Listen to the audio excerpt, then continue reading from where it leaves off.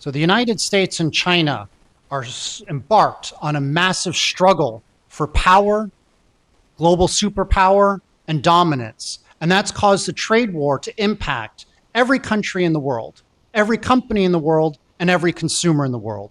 There's inflation in the United States, there's deflation in China, and it's all because the United States and China can't get along. Now, one of the biggest problems is that Trump started this trade war in 2018. A lot of people in the United States are rewriting history and saying that China started attacking the United States in the last week or two by putting on export controls of refined rare earth. But that's just not true. The reality is, over the last 7 or 8 years, under President Trump and President Biden, the United States has done all that it can to contain China's economic rise and destabilize its political system under the CPC. Now, here's one of the problems. Trump and Scotty Bessent, the Treasury Secretary, are underestimating China's power. The Americans believe that they have the upper hand and that they have all the cards. But here's the reality. China has the upper hand in the trade war right now. Anything that the United States can make, the Chinese can make on their own, or they can buy from other countries. So instead of buying American soybeans, they're now buying soybeans from Brazil and even Argentina. Instead of buying American beef, they're now buying beef from Australia. Instead of buying oil from America, they're now buying oil from Canada. And importantly, over the last 7 years, China has spent hundreds of billions of dollars of building up its own indigenous innovation in semiconductors. So right now, the United States is overplaying its hand. China has the upper hand. They have all the cards. Let's just look at what's happened to American industry. President Biden and President Trump have shot America's technology sector in the foot. Jensen Huang, the founder of NVIDIA, last week said that NVIDIA once had a 95% market share in China. Now, 0%. NVIDIA has lost $17 billion a year in revenue in China because of the policies of the Trump regime. This is a huge mistake for the United States because, again, they're underestimating China's willingness to eat bitter, China's willingness to push back, and China's ability to build up trade alliances and political alliances with the global South, or I like to prefer to call the global majority. So Scotty Bessent, the Treasury Secretary for the United States, who's leading the negotiations for Trump against the Chinese during the trade war, has overplayed his hand, and he's making a big mistake on China, and he's underestimating not only China's resolve, but China's power. And this is a problem that Scotty has had for over 10 years. I actually used to advise him on his China investment strategy 10, 12 years ago when he was still at Soros Capital. And I used to tell Scotty that Chinese consumers were starting to gain a lot of wealth. They were getting 10, 20% salary increases, and the real estate sector was high. Now, it's not doing well right now, but this is way back in 2012, 2013. And I told Scotty that he should be backing companies like Louis Vuitton, like Nike, which were capturing the rising middle class. And Scotty said to me, Sean, I just don't believe it. China is a communist nation, and by definition, communist nations fail. I don't believe any of the numbers, the retail sales or the profit numbers or any of the numbers coming out from the government because it's communist. And I think the problem that Scotty has is he's blinded by ideological bigotry of just hating communism and disliking China. And I think that has not played well for him as he tries to negotiate with the Chinese side because he's overestimating his power. Now, for instance, he always says that America is the biggest buyer of Chinese goods. Thus, because America's the buyer, the Chinese have to prostrate themselves and kneel down. Essentially, he's saying the customer is always right. But here's the mistake. In 2017, 2018, when Trump first launched the trade wars against China, it was true. China was not very well prepared. 17% of their exports went to the United States. But over the last 7 to 8 years, China has actually been de-risking from America. China has started building up trade patterns with the Middle East, Africa, Southeast Asia. Right now, 18% of China's exports goes to ASEAN, while only 12% of exports go to the United States. It counts only for about 2.2% of overall GDP. So actually, exports or sales to the US are not that important to China's overall economic well-being. If you go into a place like Singapore, BYD, the Chinese NEV automaker, has actually replaced Toyota and BMW as the biggest seller of autos in Singapore.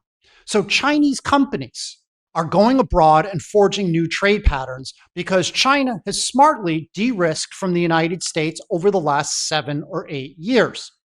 Conversely, America, frankly, has not de-risked from China. Over 95% of antibiotics and ibuprofen that Americans consume still comes from China. And very importantly, rare earths. Rare earths power the world's $7 trillion global economy. It's rare earths that has gotten the Americans mad in the last several weeks because China has put on export controls on rare earths to retaliate against America's never-ending export controls on semiconductors, sanctions on Chinese companies, and now fees on Chinese ships that go into American ports. But here's the thing about rare earths, and this again is why China has the upper hand in the trade war. About 85% of the world's rare earths come from China. China refines about 99% of high-end rare earths. Now here's the thing. Rare earths themselves are actually not that rare, despite the name rare earths. You can find the actual rare earths in Brazil, in iron ore mines, or in tailings. You can find it in Saudi Arabia, in Australia, in Russia, China, and actually you can even find it in the United States. But the key is that over the last 40 years, China has come to dominate not just mining, but the refining of rare earths. The United States is 5 to 10 years behind China when it comes to refining rare earths. It's going to take America probably a decade and billions, if not hundreds of billions of dollars to catch up to the Chinese in terms of their technological know-how in rare earth refining. The combination of China's strength in rare earths and in Scotty Bessent's underestimation of China has given the United States a weakened hand, which is why you've seen Trump say, one day I'm going to slap an additional 100% tariffs on Chinese products, to the next day saying, well, 100% tariffs is not sustainable, to the next day saying he's a great friend of Xi Jinping and Xi Jinping's life is like a movie. It's clear that Trump wants to exert pressure on China, but when he's confronted with the cards that China has the upper hand, and Scotty Bessent is either willfully ignoring the strength of China or he's delusional. And I think this has led Scotty Bessent to lash out and be fairly unprofessional when it comes to talking about China. He called Li Changgang, who was the lead trade negotiator for the Chinese to the WTO, as an unimportant person. You can see that Li Changgang has gotten under the skin of Scotty Bessent. Scotty Bessent clearly has a temper. Got mad at Li Changgang, rumors that he got into a fist fight with Elon Musk. I don't know what's true or not. I haven't spoken to anybody in the White House, but it's clear that Scotty is not the calm, rational type of person that America needs to be leading negotiations with China in such an important time, especially, again, when China has the upper hand. I was very critical of the United States for slapping export controls and sanctions on the Chinese semiconductor sector. It was a mistake because when America limited high-end technology transfer, especially of NVIDIA chips, to China, that got Chinese scared. The government, the private sector realized they needed to coalesce and work together to build up indigenous innovation. Before that, in 2014, 2015, most Chinese tech companies like an Alibaba, like a Tencent, were completely fine with buying American technology and just focusing on figuring out how to sell more Nike shoes or Apple iPhones on Taobao and make money that way. That was low-hanging fruit. They didn't want to invest the billions or hundreds of billions necessary to invent and build up indigenous innovation. But it was really because Trump and then Biden put on so many sanctions and export controls on China that Chinese companies and the government realized we need to build up an indigenous innovation sector in China. And that's why in Q3 of 2025, Chinese have bought 0 H2O NVIDIA semiconductor chips. The Chinese don't want and don't need American technology anymore because over the last 7 years, China has built up its homegrown semiconductor sector with companies like Cabricom, Huahong, SMIC. And these companies now are able to sell to the entire world, to the global majority. One of the problems that American technology companies is facing is that because Biden and Trump weaponized SWIFT, weaponized the US dollar, and weaponized technology, you see a lot of other countries in Southeast Asia that are also now scared to buy technology from the United States in case the US puts them in their crosshairs and also bans the export of technology to them. So for example, Malaysia spent $5 billion US trying to become a data center hub. But then the United States banned the export of high-end NVIDIA chips to them. Thus, Malaysia was never able to realize the investment gains from trying to set up a data center hub in Malaysia. So it was a mistake for the United States to weaponize technology. It's hurt American companies. It's hurt the ability for America to control tech standards for the world. And it's given rise to Chinese indigenous innovation. However, similarly, I think that there was a mistake from China to threaten to put export bans on all of their rare earth to all countries a couple weeks ago. The rest of the world was concerned about China having this monopoly, but they always felt that at the end of the day, the Chinese would be pragmatic and would sell them rare earth. Now, because they've threatened, a lot of companies and countries are starting to realize they need to build up their own homegrown rare earth refineries in the same way that 7 years ago, the Chinese realized they need to support the semiconductor sector.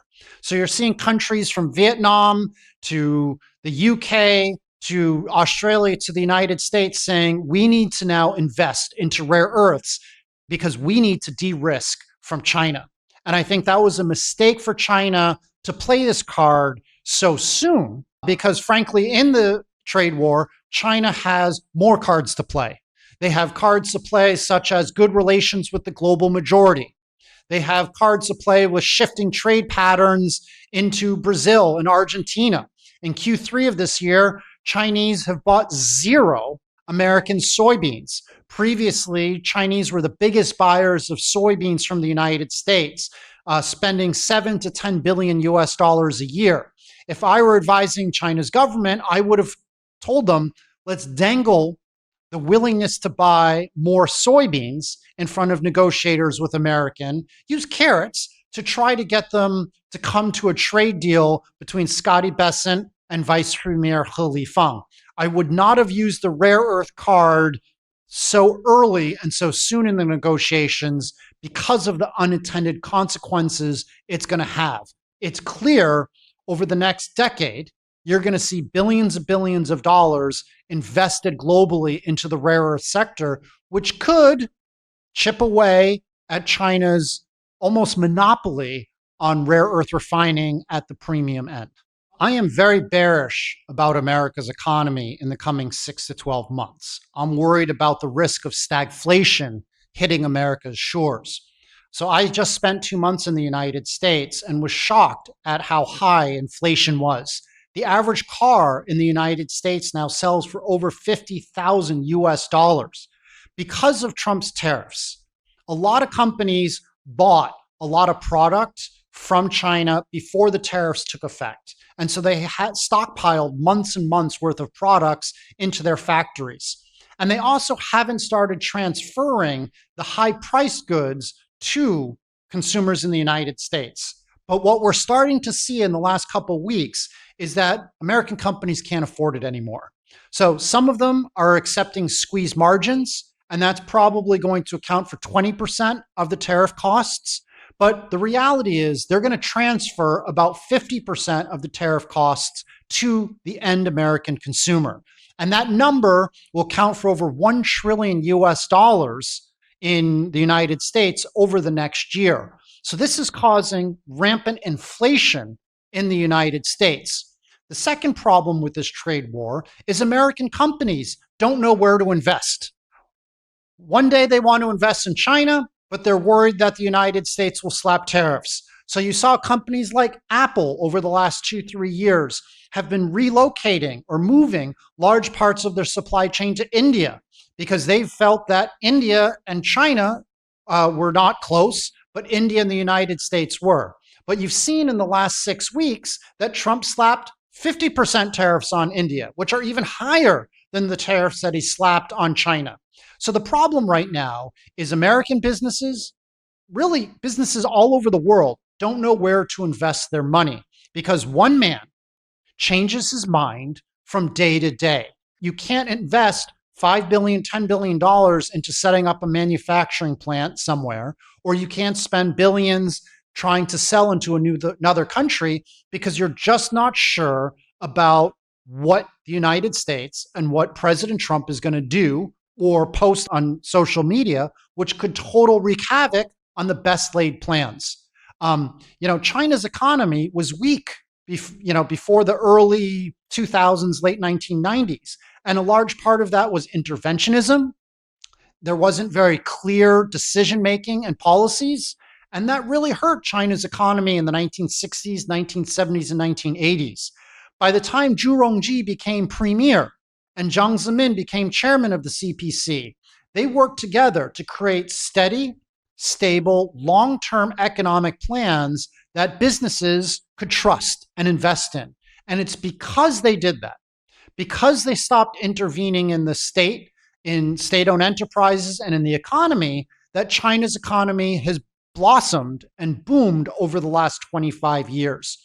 Trump, on the other hand, is making a lot of the same mistakes that China did in the 60s and 70s. He's now taking stakes in private American companies. He's trying to take stakes in Chinese companies and actually grab them, like he's doing with TikTok, where there's rumors his 19-year-old son, Barron Trump, is going to go on the board of directors. So he's doing intervention into the economy, and he's not having a steady, clear policy-making process, which is causing havoc on American businesses on determining where to invest.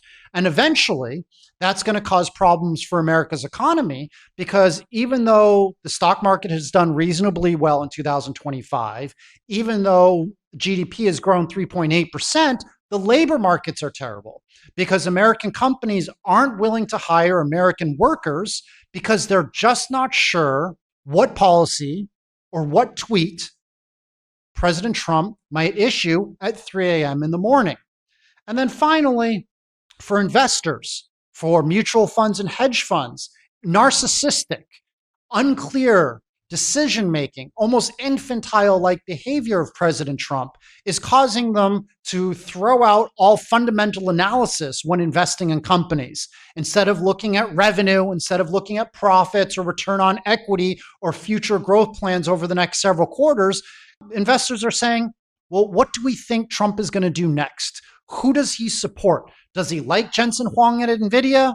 Does he like the Miriam Adelson at Sands? Is he going to launch a trade war, take off a trade war against China? It's creating a lot of volatility. And again, people are no longer in the investment community looking at fundamentals to decide where to invest. They're looking at the whims of one man. And that's very dangerous for an economy. We are reaching a late 1930s-like situation where we have a lack of checks and balances in the American political system, where we have geopolitical tension with other countries, and where the United States, it's losing its prestige amongst the rest of the world, even among our partners and allies. and where the United States is sitting on $37 trillion of debt. When you have this much debt, this much geopolitical stress, and so much polarization between the Democrats and the Republicans, this does not bode well for the stability of America's economy and the standing of America in world affairs. And that's why gold has crossed 4,000 US dollars per gram, because nobody trusts what Trump is going to do. And so they're so scared about putting into equities, into real estate, or into the US dollar, they're no longer buying treasury bills and they're putting money into gold.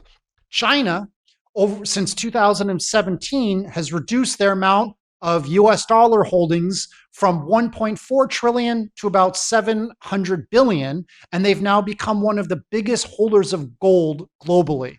Trump is causing not just frustration, not just anxiety globally, but he's actually starting to impoverish a lot of good people, not just in China, not just in Europe, but in the United States, because he's mad hungry for power for himself, and he's not looking after the needs of everyday Americans.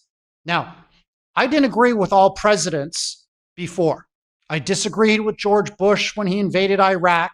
I didn't like what Obama did on everything politically. And I certainly didn't like Biden and his moves on DEI and equity versus equality. But at the end of the day, I felt that those presidents were all doing what they thought was best for the United States. When it comes to President Trump, to me, it's very clear he's doing what's best, what he thinks is best for he himself and his family, and not looking after the needs of the American people. 偷偷告诉大家，我最近发现了新法宝 Royal Face 逆时奇迹系列，它有活肤露、全效精华，还有精华霜。尤其我皮肤比较偏干，所以我非常的注重保湿。保湿做得好，肌肤自然烹润。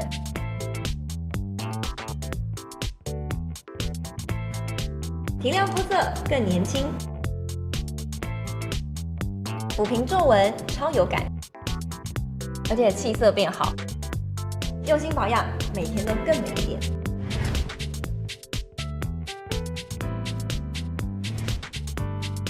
美吧。